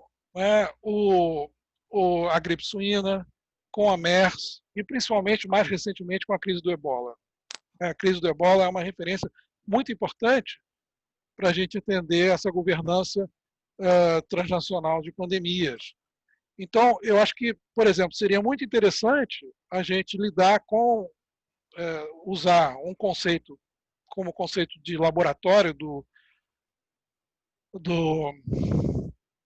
Bourdieu, né, e do Latour, mas fundamentalmente de conceito de laboratório do Latour, né, que é um conceito que muita gente está usando para mostrar como você experimenta, né, você faz experiências, por exemplo, que diz respeito a desenvolvimento de vacinas e tratamentos, né, por vários agentes internacionais, inclusive corporações transnacionais. Você experimenta laboratorialmente isso em certas zonas quentes de difusão de doenças endêmicas, não é? E como é que essas técnicas hoje estão sendo empregadas, não é, por redes transnacionais e globais de pesquisa e desenvolvimento de fármacos para enfrentar a crise atual. Então, assim, o que eu já estou fazendo é, em vez de dizer estamos de volta ao predomínio da geopolítica, não é? Vamos ter um retrocesso a respostas nacionais para lidar com a pandemia, o pós-pandemia, etc., etc. Vamos ter uma guerra fria entre China e Estados Unidos, enfim, isso tudo não sei. Para mim, pode ser até que aconteça isso. O que eu estou mais interessado é como é que estão sendo tomadas decisões sobre, não é, quem recebe tratamento, quem vai receber vacina, como é que se dá a politização de questões como, né, o isolamento e o distanciamento social, como é que se dá a relação entre, né, o estabelecimento desses limites entre saúde global, economia política, né, e segurança, não é? Que isso tem a ver com questões de vigilância, tem a ver com questões de reorganização de cadeias produtivas, abertura de mercado, isso tem a ver, né, com questões, evidentemente, de investimento em saúde pública. Não é? Ou seja, todas essas questões, de repente, não, digamos assim, foram desorganizadas pelo coronavírus. Então, não tem uma resposta pré-estabelecida oferecida por alguma abordagem teórica, eu acredito, que nos diga, vamos voltar ao predomínio de políticas nacionais de competição internacional, né, de política de poder. Confesso o meu ceticismo, tá? Porque o que eu estou vendo hoje é uma grande, digamos assim, fragmentação, né, e complexidade de iniciativas, respostas, tentativas de interpretar o que está acontecendo, formulação de política pública que não tem nada a ver com essa ideia de que você tem um ator coerente, capaz de desenhar política, capaz de intervir, que esse ator é o Estado e que, portanto, ele é eficaz, isso na produção não só de políticas públicas internas, mas também de políticas internacionais para lidar com a pandemia, e que ele vai sair dessa crise fortalecido como o ator principal que se tornou, digamos assim, mais legítimo, mais capaz e mais central, né, para lidar com as incertezas que essa crise coloca. Eu diria, minha intuição, e de novo eu não quero me antecipar, minha intuição é que é o contrário, com algumas exceções, mas o caso americano é um caso muito claro, da renúncia de um governo central muito rico e poderoso em coordenar a resposta à crise. E eu acredito que essa renúncia tem a ver com uma série de elementos relativos à complexidade, mas tem a ver também com uma concepção, né, das forças políticas que hoje dominam o Estado americano, que tem a ver com esse conservadorismo global, né, que a gente vê, que não vê no Estado o ator central, não só no plano de vista doméstico, no plano de vista internacional, que desconfia dessa centralidade do Estado como produtor de bem-estar e como condutor de políticas. Então, assim, eu teria, né, mesmo, né, o Estado chinês foi submetido a um nível de crítica, francamente, que a gente não está acostumado a ver na sua resposta. Então, assim, minha resposta inicial é não sei, tá certo? Mas acredito que muita gente já está dizendo na mídia, né? Vamos de volta, velha geopolítica, Guerra Fria, blá, blá, blá. Eu acho que isso pode ser um discurso que possa ser eficaz para orientar atores políticos. É possível, tá? Tenho minhas dúvidas. Para entender o que está acontecendo, eu acho que a gente tem que recorrer a ferramentas conceituais que deem conta dessa ligação muito complexa entre saúde pública, entre segurança, né, e economia política, entre outras coisas. É claro, a gente está falando também, obviamente, do governo da saúde como, né, o governo de população, né, a intervenção sobre níveis muito mais invasores, digamos assim, do corpo das pessoas, eventualmente do corpo e da psique, né, das pessoas de maneira inédita, mas não por um poder central soberano qualquer, mas por um monte de, né, pelo Google, pela Apple, enfim, sei lá pelo que vão produzir os aplicativos aos quais a gente vai informar o nosso estado de saúde. Enfim, vai chegar num ponto em que a gente vai fazer isso, eventualmente, é isso, fornecer mais informação ainda sobre onde a gente está, como é que a gente está se sentindo, etc, etc. Tudo isso, enfim, é um pouquinho mais complicado do que geopolítica, né? Sei lá. Desculpe, me animei com a resposta aqui, mas a pergunta era difícil. Eu passo para a Lara, já falei demais, né? Perfeito, professora Lara. Pode Vou prosseguir. nessa pergunta ainda? Tá. Ou vou na próxima? Bom, Pode ir vou pra falar próxima, então só uma não tem coisinha problema. adicional. Tá, só vou adicionar.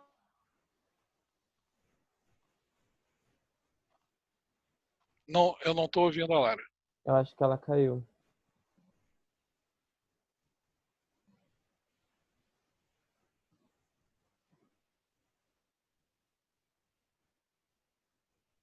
Em um momento como clássicas, né? Porque conjuntura é Professora, outro, você vai tentar ser... desculpa interromper, nós não conseguimos escutar desde o início da sua exposição. Você caiu. Poxa. E agora, vocês me ouvem? Agora sim, se você puder iniciar novamente. Tá. Eu só estava dizendo que, só fazendo um adendo, acho que a ideia de retorno, ele é impossível, né? No máximo teríamos uma tentativa de reconstrução desses nacionalismos que ainda assim encontrariam uma conjuntura e uma história muito diferente, né? Onde a gente você tenta ser nacionalista, onde a gente tem as tecnologias da informação, a gente tem, enfim, as trocas no nível que temos hoje, onde torna isso tudo muito mais complicado. Então, só para dizer que, do modo como eu vejo, esses governos conservadores e autoritários que, em alguma medida, tentam restaurar essa lógica aí do século XX, né? Eles são muito mais, acho que, um movimento dialético do que um movimento de retomada, né? Ou seja, eles, ao tentar retomar esses processos, acho que eles escancaram muito mais as contradições do processo e o quanto essas medidas são um pouco viáveis, né? Então, a gente vê Trump querendo manter ali uma espécie de soberania e de fechamento, mas estando extremamente dependente das máscaras, né, dos equipamentos médicos e de um conjunto de know-how que viria da China, né? Então, existe um conjunto de atitudes que, cada vez que são tomadas, a meu ver, expõem muito mais o processo contraditório de um sistema que vem aí já há um tempo demonstrando as suas falhas, né, no caso, especificamente o sistema capitalista, que não quer dizer que eu acho que a gente vai sair disso mais solidário. Provavelmente, em todo momento de exposição de contradição, a crise vai ficar talvez um pouco mais evidente, né? Bom, mas eu vou para a segunda questão, que é sobre a ética anti-hegemônica do Gabriel, né? se eu entendi bem, ele perguntou o que pensamos sobre essa ética anti-hegemônica, né? Qual é o seu valor e por que ela é pensada enquanto anti-hegemônica, né? Por que ela precisa vir para substituir?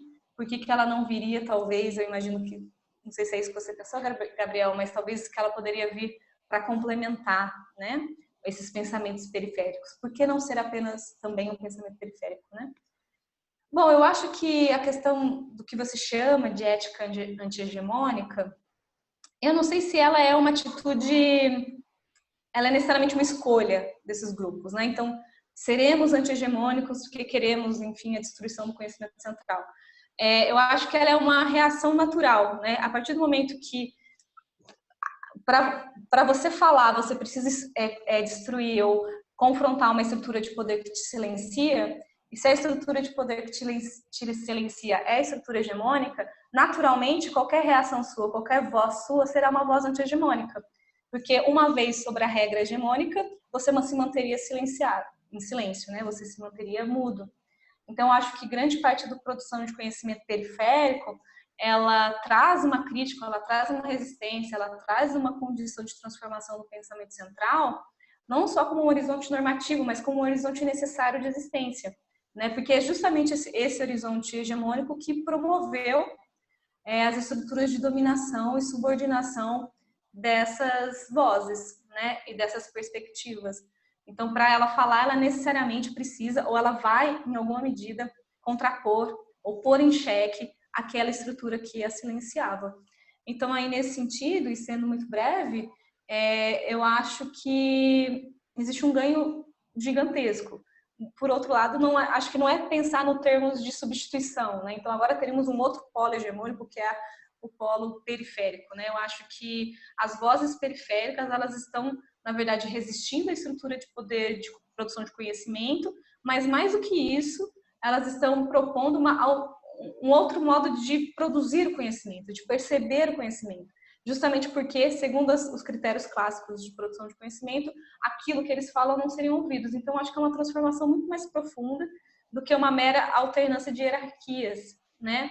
Ou uma disputa de poder mais clássica, mas obviamente que é uma disputa de poder, porque justamente foram populações ou foram geografias subordinadas dentro do que a gente pensa de um poder epistêmico, não? Um poder de enunciação.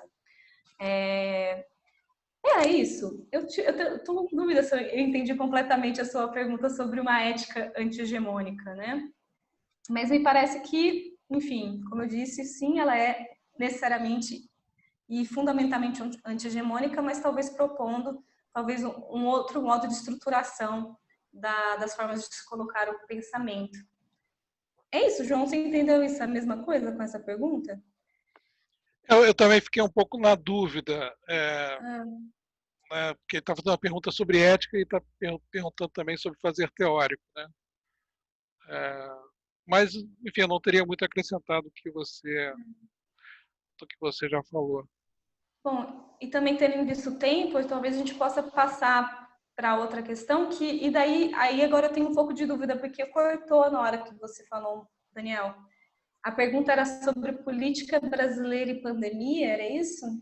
Sim, eu estou analisando a pergunta, eu acredito que ela já foi respondida anteriormente pelo professor.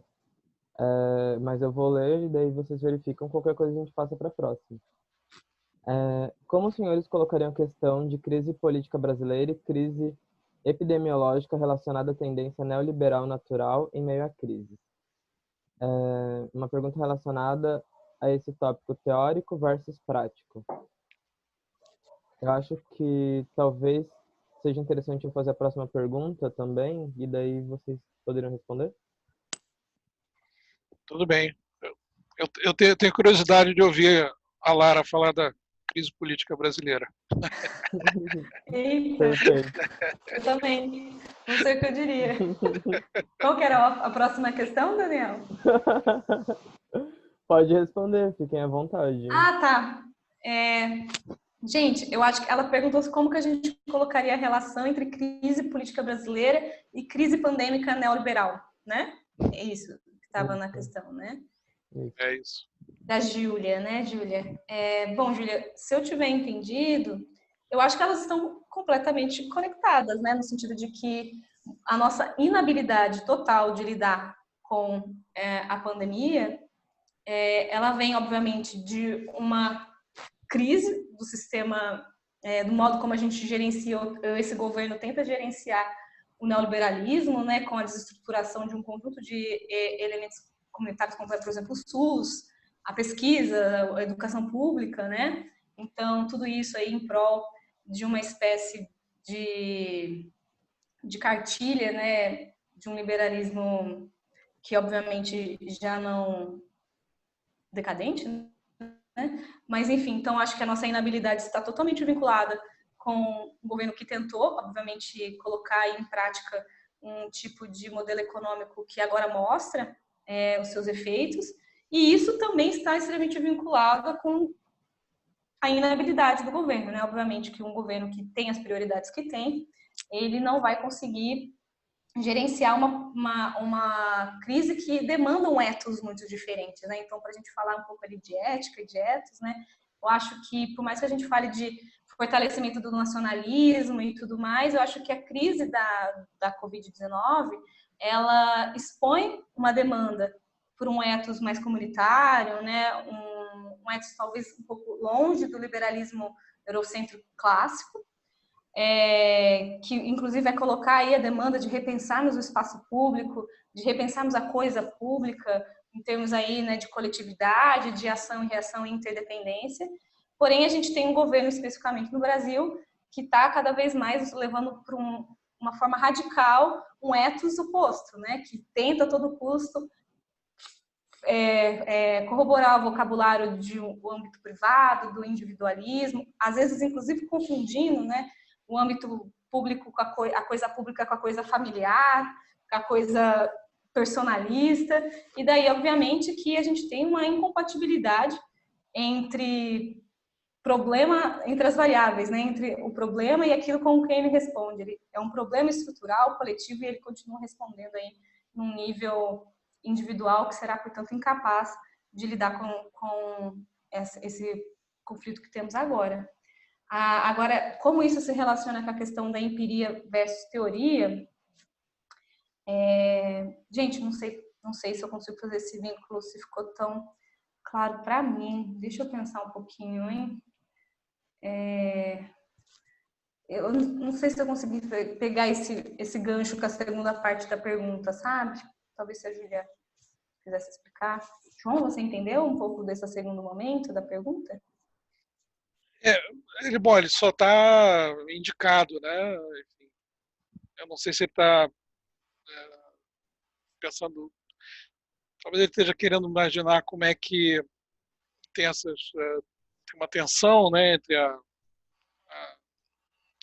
digamos assim, a tendência neoliberal, supostamente neoliberal, né, do governo, uma parte do governo, né, uma parte, né, do governo, uma parte do governo e as práticas adotadas, né, na gestão da crise. Eu não sei se é isso que isso seria um elemento, né, de tensão, sem dúvida, de contradição, né, que está eu acho que o Brasil hoje ele é, infelizmente, um laboratório muito curioso para a gente estudar muitas questões. Justamente porque ele tem mesclado, ou ele tem deixado evidente não só contradições muito grandes, mas como muitos dos conceitos clássicos são difíceis de serem aplicados aqui. Inclusive, por exemplo, neoliberalismo, Estado-nação, república, democracia, são todos termos que não têm uma aplicação tão imediata e tão óbvia à nossa realidade, né? Então, a gente tem um governo que mescla aí uma coisa meio estranha entre um liberalismo com uns flertes quase que autoritários, obviamente, e também conservadores, e quase um certo delírio monárquico, às vezes, né? Então, assim, a gente tem uma democracia que também não...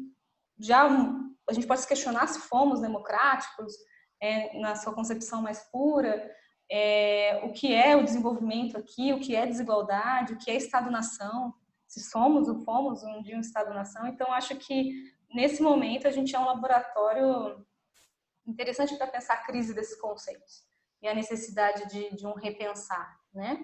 Que seja capaz de fato, dar conta da nossa realidade. Eu concordo plenamente com você, Lara. É claro que a gente, quer dizer, eu tenho tentado pensar mais em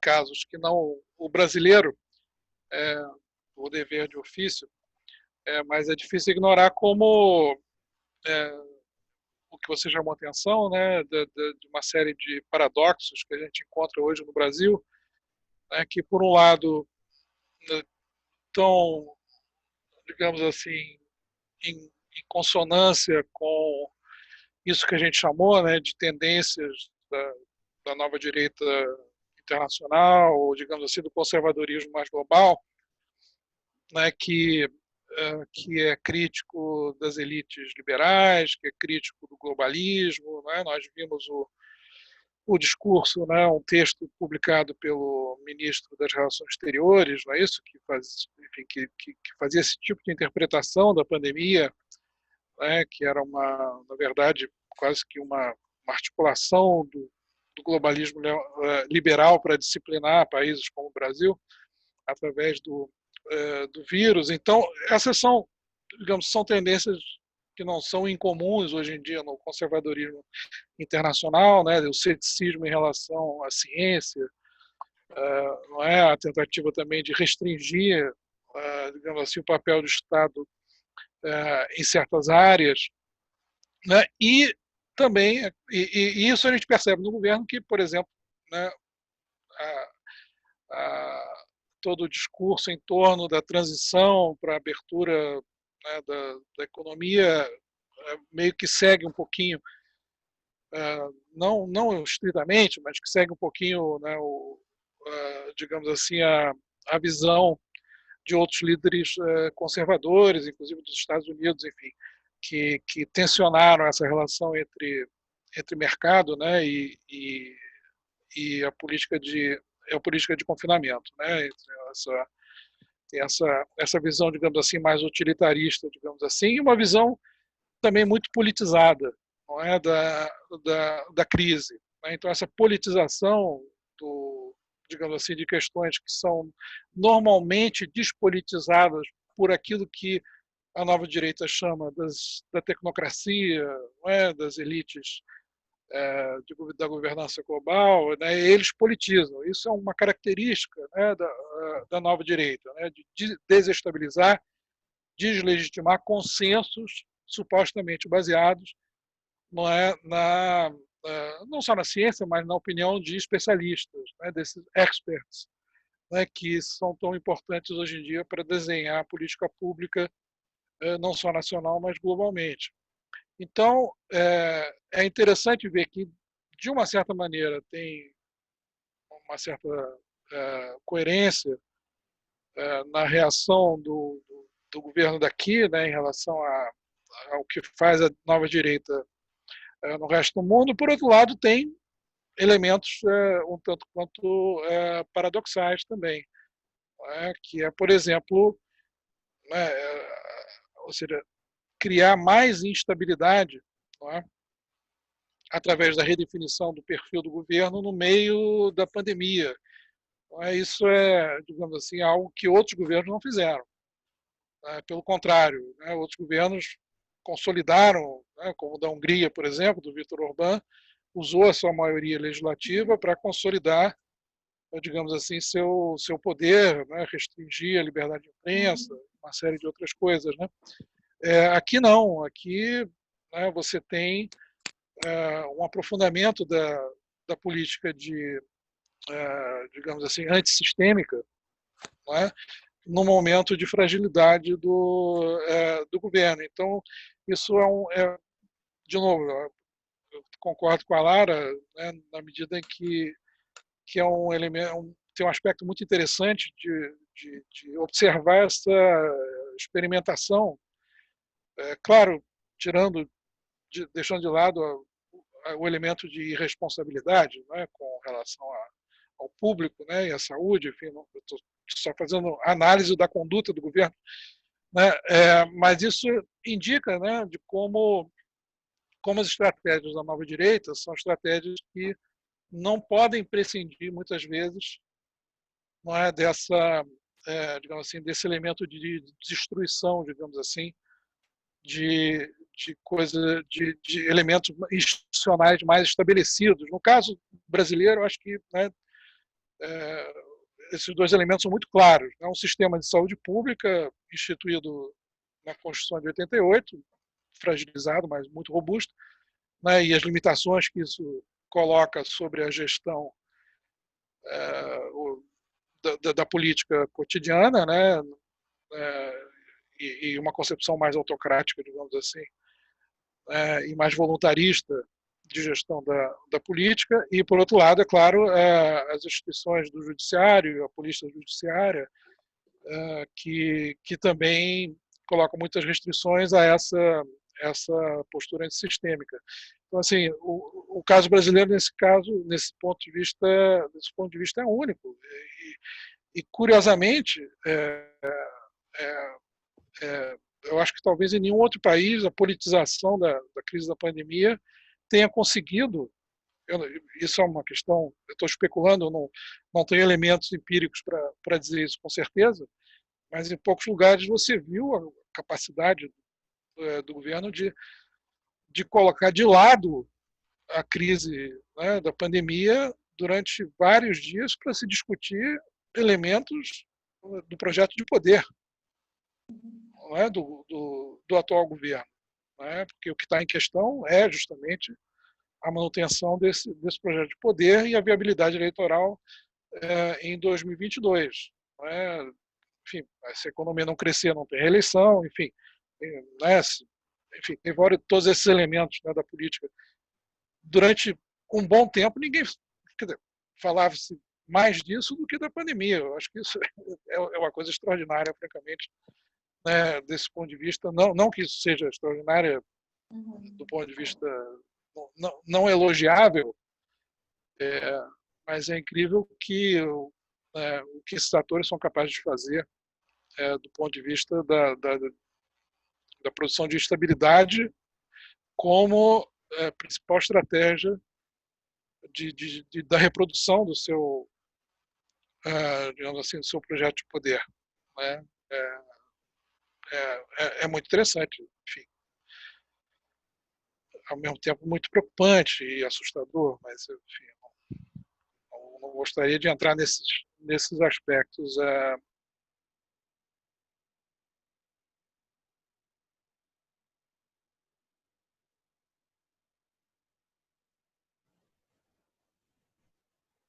O professor João Pontes caiu? Professor?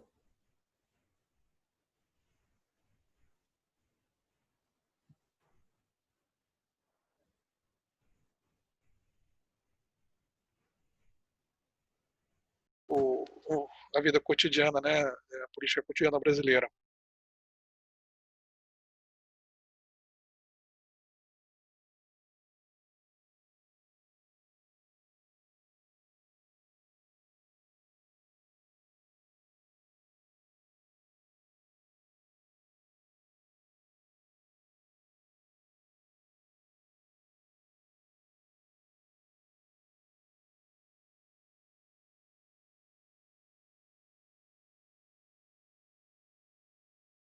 Palestra.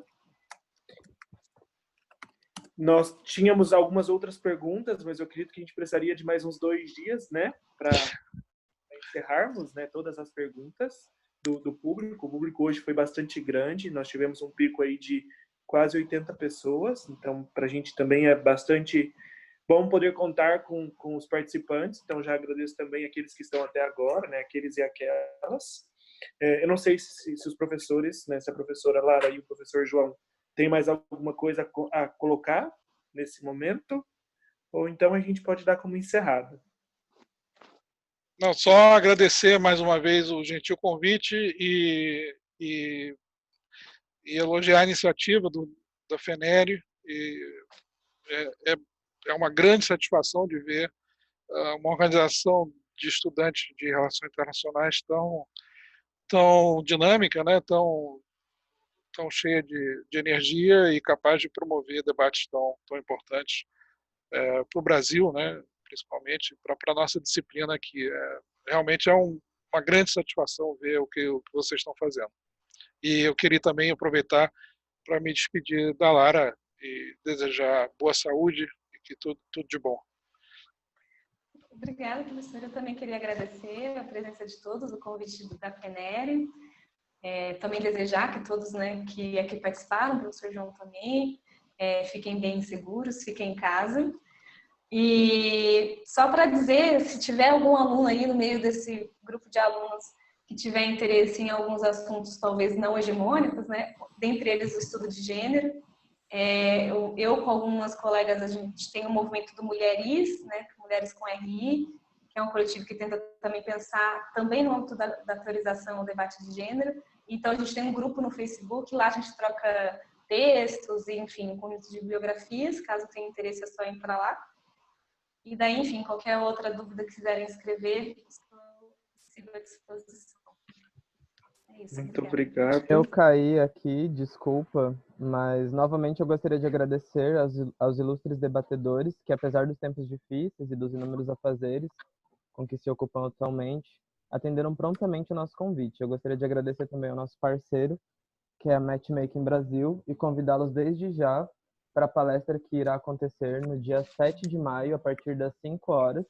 As inscrições estarão disponíveis em breve, através das nossas mídias sociais, que é a revista @revista-fenere, vocês poderão consultar. Muito obrigado, professores. Muito obrigado, Matchmaking Brasil. E muito obrigado ao meu corpo editorial, que está comigo sempre, fiéis escudeiros. Até a próxima. Eu Até acho que o logo. João uma coisa. Tchau, uma boa noite a todos. Não, estou só dando tchau. Tchau. Obrigado, pessoal. Obrigado. Tchau, tchau. Tchau, tchau.